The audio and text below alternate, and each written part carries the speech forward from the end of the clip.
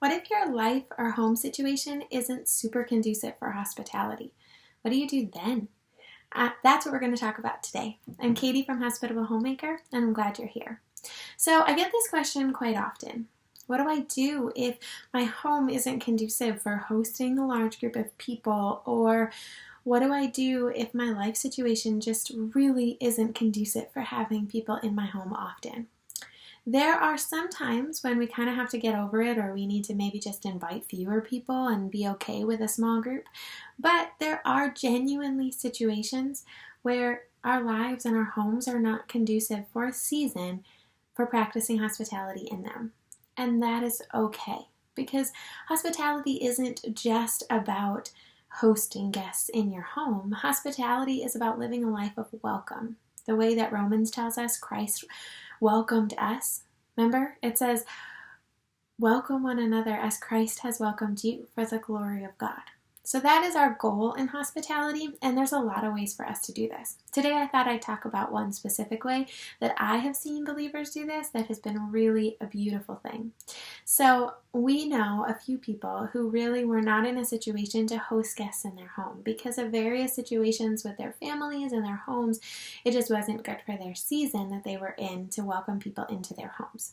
So they teamed up with other believers in our church. And this was amazing.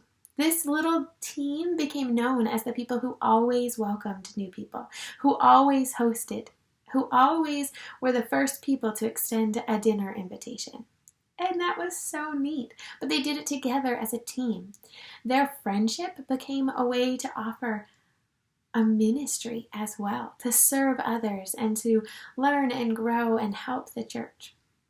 So what they did is one of them had a home that was conducive for hospitality. So they provided the home.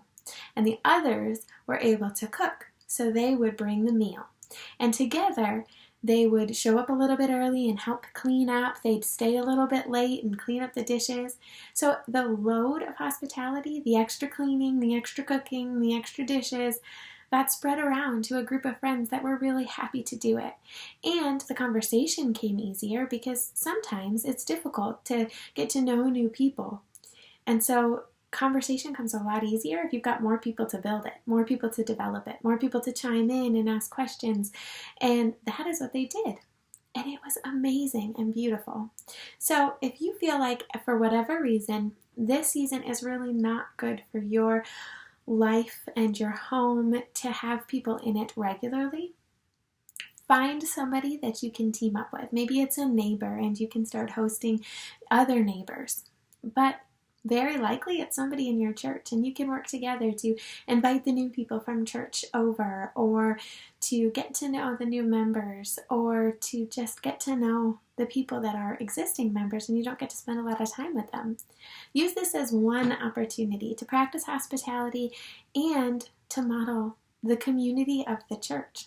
This is an especially effective way when it comes to unbelievers, because remember, the Gospel of John tells us that they will know that we are Christ's disciples by our love for one another. Well, how are they going to see us love one another? How are they going to know that we're Christ's disciples if they don't see us loving one another?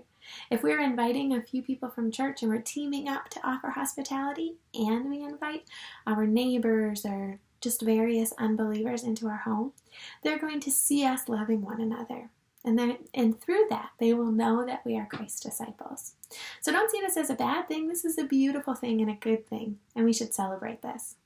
So that's just one idea, but there are a lot of other ones. If you really want to live a life of welcome, you can use your creativity, and don't feel that because your life or your home situation is such that hosting guests isn't something you can do regularly, that it's impossible.